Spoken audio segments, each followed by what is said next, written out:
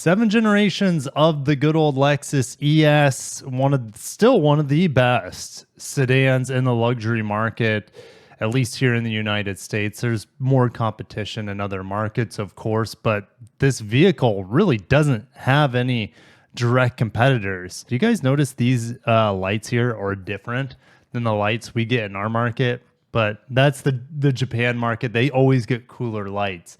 But I want to talk about some leaks that are happening about the 8th generation ES. Well, maybe I need to pump the brakes. Are we just getting another refresh on the Lexus ES 7th generation? Guys, grab your snacks and drinks, buckle in, and let's get through these leaks together. All right, so these leaks are coming from the Chinese side of things. Sedans do extraordinarily well in China, especially luxury sedans. And these leaks came out of that market. So we're going to break this down. Now, before we even start breaking it down, you got to keep in mind, just because these are coming from China doesn't mean these design elements are going to come to the United States per se, at least on the outside. We could see differences with headlights, taillights, grille designs on our models here. I mean, if you look at the Camry in China, it has different design features than the 2025 Camry does here, inside and out. All right, so just keep that in mind. It doesn't mean that 100% what you see here is going to happen. What do I think? Here's what I think, and I have nothing to base this off of other than my own gut reaction. I do think that these changes will be coming to the 2026 Lexus ES luxury sedan for the global market. I don't think these are exclusive to the Chinese market, but you believe what you want to believe. So now that I've got that out of the way, we need to talk about these leaks. And to me, it's pretty exciting. So we have the new ES design here. And you might be saying, Kirk, it looks just like the old ES. Well, keep in mind, we can't get too far ahead of ourselves. Remember back in 2021, end of 2021, Akio Toyota was like, hey, here's the future Lexus lineup, all right? We didn't even know what the LBX was at the time. Here's, well, the UX, whatever. Here's the NX. We didn't know the RX redesign at the time. We didn't know about the TX design that was shown there. And then here's all we got with the ES. And this is definitely a battery electric front of the ES. The only grille right here at the bottom, the front end here, doesn't have a lot of grille to let air go through. It's very aerodynamic looking. And we could see a sort of front end to this ES for the fully battery electric version. Remember, ES 500, or gosh, let me go back. I think it's ES 500E and ES 350E have both been trademarked. I'll fact check myself if that's not right. But also ES 350H has been trademarked. And so this sort of design is for a battery electric ES that needs more range, it needs better efficiency, and that's why you see this blocked off. It doesn't need as much cooling. Now we get to this, and it's like, okay, well, the body panels on the side are the same, but this up here looks pretty much like the current ES. And if you look at the Camry got some design elements on the front and the rear that make it look like a new generation, but if you see it from the side, you can tell that it is a modification of the outgoing generation of Camry. That's going to be the same thing going on here. This is going to be another refresh of the 7th generation ES. And I say another refresh because, okay, keep in mind, in 2019, when the 7th generation came out, or should I say in 2018, I was selling these things. Here's the first ever ESF Sport.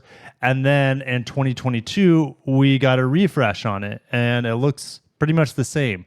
The grille on the F Sports anyways, I'm pretty sure is almost identical, if not identical. The main difference you're going to see was the headlights. You can see that the daytime running light was like shortened and pushed to the bottom a little bit more instead of running the whole length of the headlight. Triple beams were also changed from the eyelid style, I would say, from the old LS to the new blocky style that we saw on the new LS, and things like, I mean, pretty much all the new triple beams look like this. All right. This is a big departure with the headlight design. What does it look like headlights? Well, if you guys saw my preview of the LM last year, the LM, the minivan, which I saw quite a few of them when I was in Japan again, there are some design elements of it that remind me of the LM. This is a low resolution picture. So let me get a better picture. All right, so here's the look of the LM's headlights. And as you can see, it has a dual daytime running light feature. So you have one that goes upside down, which is the long one, and then you have the traditional one underneath of it. Pretty radical design. And then if you look at the new design here on the ES, well, you have a flip-flop again. You have one on top, and then you kind of have one that continues it upside down on the bottom. So you have dual Lexus L motif, or you could say the Nike swoosh, however you want to look at it. But it's just a different configuration than we have here. All right. And the triple beams are nestled underneath the top one and to the side of the bottom one. All right. So the headlight design is probably going to be this for the North American model. But again, believe what you want to believe. All right. So different headlight design, but you can see the overall outline and the space of the headlight capsule is exactly the same. All right. So they're just taking the old one out, putting the new one in. There's no changes to the bumpers, no changes to the sheet metal. The grille, well, this is also familiar. I mean, we can pull the LM back up. There are some similarities with the new LM here. Let's pull up the LM's grille. And, you know, we don't really have necessarily a bar that connects the top like you have here, which is also a new design feature of the LBX. But you have this chunky hexagonal style grille on there. This doesn't really look like the hexagons. Do we have another Lexus vehicle that this has similarities with? And the answer is yes. If you look at the RX, for example, the non-F Sport models, they kind of had like the spindle body, which the spindle body is also on the F Sport, but the ES is not taking the spindle body. It's not putting more plastic at the top. It's taking the same exact grille silhouette, but using more of this sort of design, kind of like these four-sided diamond sort of star things. It looks like it's taking more of this design pattern and putting it into the ES. But I think the ES will look better. I don't like the front end of the new RX very much, especially with this center grille. So that's what the new ES is going to look like from the front. An evolution of the grille design. What do we have currently for the grille design? Well, here it is. I mean, this is the 2022 refresh. Still a bit Predator-like. You have the L motif built in here, but it's that vertical cascade sort of grille. They're going more horizontal here, all right, to match the RX and the LBX and other Lexus models. All right, as we come to the back, we also see some changes here. We'll probably see the replacement of the Lexus logo to Lexus lettering. It's not confirmed, but I would estimate that. We also see, well, let's go ahead and pull up the looks of, or the rear of the post-refresh ES here, because there are differences. All right, so if we look at the ES at the top, we still have similar tail. They are different, I will say that. It looks like we have thicker lines for the L motif down here, and it looks like the general design of the lights is the same. This bar on top might be thicker. And if it's thicker, is it going to be a light bar that goes across? I highly doubt it. I really highly doubt it. But it does look like the bezel on the edge of the taillights is thicker. And we are going to have a more squished rear taillight here, at least on the vertical end. Horizontal-wise, it's identical, right? So there you have it. We're probably going to have the Lexus emblem replaced with Lexus lettering. And slightly different rear tail lights. Now, this is the hybrid rear bumper we're looking at here. The bottom portion looks pretty much unchanged. All right. So, yeah, it's going to look very similar on the outside. Slightly different headlights, slightly different grille design, slightly different rear tail lights. Sounds like a refresh to me, but it doesn't stop there. We actually have more images of this leak on the inside. So let's go ahead and pull up that. Here we go. Well, it's looking a lot more RXy slash NXy slash what's the RZ as well, which is a 14-inch screen here, fully digital screen on the back end. Let me pull up the current ES to compare. The current ES has a 12-inch screen. This was updated, I think, for the 23 model year. They got rid of the old Lexus software, put in the new Lexus software. It looks like they're going to retain the clock. You see this cutout here. The clock seems to be retained on the second refresh here because the start-stop button's in the same spot. So clock sticks around seemingly, unless they just, I mean, I hope they don't get rid of it. You guys know how much I like the clock. They killed the clock in, was it the UX? They killed it in the LC.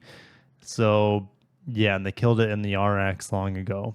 All right. So the 14-inch screen here is massive, and it cuts into these vents. So the vents now have to be pushed lower, which is not going to circulate air as well to your face, I would say. And you see this glaring omission of physical climate control. I enjoy the physical climate control in these buttons that interacts with the radio, for example. And oh my gosh, I just noticed this. Are we really, guys, are we really replacing the combination dial here, which is the volume and the tuning knob in one? This was like a genius invention by Lexus that was never adopted into other Lexus models, if I remember correctly. Maybe it was an ES exclusive. You guys will correct me if I'm wrong, but the combo dial for the power and the tuning knob was right here. Where did it go? Is it going to be up here where the clock is? Are they going to flip out the clock and put a big volume knob up here? Oh, here it is. That's right. They put it right in the middle of the touchscreen where this tiny little knob sits, like in the RX, the NX, the RZ, the GX. All of them have this huge touchscreen that replaces the physical climate control and radio control buttons with, yes, just a touch panel at the bottom for climate control. Let me go ahead and pull up what it looks like on an RX because I don't like it. I think most people don't like it as well. The 14-inch screen, it's really only a 12-inch screen because the 2 inches at the bottom are reserved for climate control. You can't get rid of that climate control in that touch screen. Here we go. Here's the screen that it is now going to look just like. All right. So you have the volume knob here, and then you have a fat portion reserved for climate control. And your sport modes are going to be gone as well. So on the current ES, well, I'm not going to say going to be gone, but they're going to be out of reach. More than likely, these knobs are gone. Let's go back to the original picture here. Yes, your Frankenstein knobs at the top, or your horns, whatever you want to call them, they are gone. And they are replaced. They're going to be replaced in the touch screen, unfortunately. So if you want to change your sport mode, it was really easy. You just reach up, twist the knob, and you're in sport mode. Now you have to fumble through the menus. Now you don't have physical climate control. Now your volume and tuning knob location's been moved and it's less functional because it doesn't have tuning built into it. And your vents have been moved down. Oh, and your shifter is gone. By the way, your shifter is gone, and now they've replaced it with this little, I mean, I don't know if this is going to act like a traditional shifter or not. My guess is that it will act like a traditional shifter, but it looks like it's been simplified or cheapened in some way. It's more nubby now compared to the stumpy, my adjectives right now, but it's definitely different. Could they go full RX here, go full RX and just say, oh, you get this little tiny gear selector because, you know, we're going full electrified. It's fully hybrid now. And so over and down, you just, you know, put on the brake, over and down for drive, over and up for reverse. Could they do that? They can absolutely do that. I'd still say there's a good chance. It's hard to tell from this placeholder image what kind of shifter this is. It could be The Prius style could be the traditional style. Now, I'm leaning on the side of it's gonna be still a traditional shifter, even though it looks like the style of the shifter has changed. I'm still gonna say it's gonna be like this because on the current Camry, it's still the traditional style shifter. So time will tell, though. It's not confirmed right now what is happening with this. All right. Looks like these are lights that come down. Maybe there's going to be an ambient lighting upgrade or something. I don't know. There's also, the light on the handle here. This is not going to incorporate the digital or latch that the UX and RX have, for example. This is going to have traditional door handles. The ES is looking like, well, it's getting another refresh. Could they still introduce the fully electric ES that we saw back here with this different styling to the front end? Absolutely. They absolutely could do that with the ES. There we go. I was looking for this picture. The ES 350E and the ES 500E. But what is confirmed at this point, seemingly, is an additional refresh here. We're going to have the 5th generation hybrid system that we see from the Camry put in here. So we'll finally have all-wheel drive here on the ES. The V6 likely being discontinued with fully electric options being available at some point in the future. Will they postpone that? I don't know. Are we just going to have one engine type, 350h like the Camry? It's going to have the exact same powertrain as the Camry. It's possible. It's a fantastic powertrain. I would be okay with it. But to lose a high performance powertrain like the V6 and the ES and not replace it with anything else is a big miss for me. If you're able to supplement that with high performance electrified, fully battery electric, then that's okay. At least you have something if you want more power, more acceleration.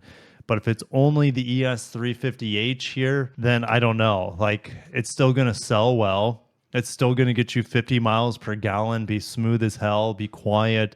It's going to be incredibly refined as the new Camry is, but even better. But it is not fast.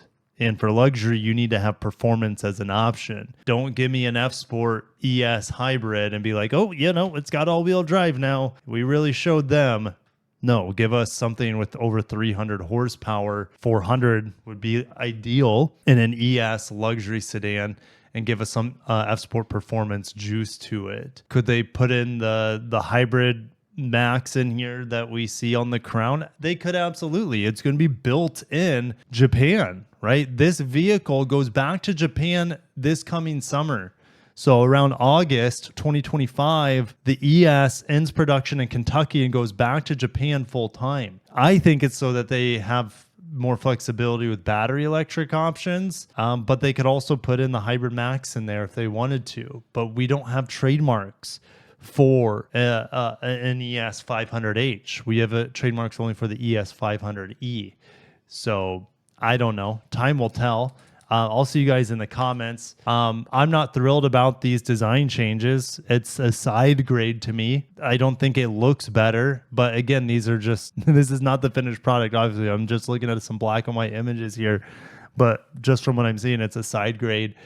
On the interior, it's a side grade too. You get a bigger screen, but you're giving up your physical climate control. You're giving up that cool combination tuning volume knob. So it's a give and a take, and you get the fully digital instrument cluster, which I would say is an upgrade. Is it going to be standard? Is it exclusive to the luxury grades or like the high-end F-Sport grades? Time will tell. So I got to cut myself off. Thank you guys for watching. If there's any updates on the ES, I'll let you know. There's also been spy shots of the LFR, the Lexus flagship sports car going through neighborhoods in Germany. We already know what the car looks like since it was debuted. All right, we're just getting spy shots of it in camouflage so we can see less of the car, but they're testing it. So like, why? I don't know. To me, it's not even worth covering because there's nothing new to report on there with the design. Sorry if I'm a little salty today. At this point in time, we should be getting something better than this from the ES. But again,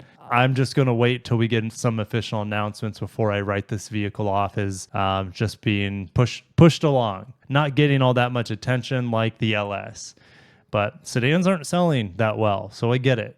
But man, am I excited for the LFZC, fully battery electric vehicle. And I'm excited for one day if Lexus ever decides to come up with a lineup of ISs, IS convertible, IS liftback, lifted, IS liftback, IS sedan. If they ever come out with any of those, I'm going to be drooling. But in the meantime, it just doesn't seem like these vehicles are coming until the next part of the decade, or it's 2030s or something. So anyways, I got to shut it down. You guys know I get really fired up for Lexus, so that's why I feel like I'm a little bit more opinionated than normal. So anyways, I'll catch you guys in the comments. Have a great day. I'll catch you in the next one. Peace.